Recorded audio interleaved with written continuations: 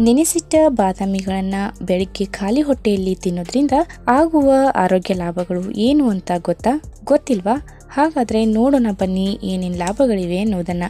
ಬಾದಾಮಿಯಿಂದ ಹಲವು ರೀತಿಯ ಆರೋಗ್ಯಕರ ಲಾಭಗಳಿವೆ ಎಂಬುದು ಕೆಲವು ಜನರಿಗೆ ಗೊತ್ತಿದೆ, ಕೆಲವು ಜನರಿಗೆ ಗೊತ್ತಿಲ್ಲ.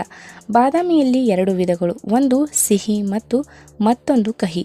ಸಿಹಿ ಬಾದಾಮಿ ತಿನ್ನಲಿಕ್ಕೆ ಉಪಯೋಗ ಮಾಡಿದರೆ ಮತ್ತೊಂದು ಕಹಿ ಬಾದಾಮಿಯನ್ನು ಎಣ್ಣೆ ತೆಗೆಯಲು ಉಪಯೋಗಿಸ್ತಾರೆ.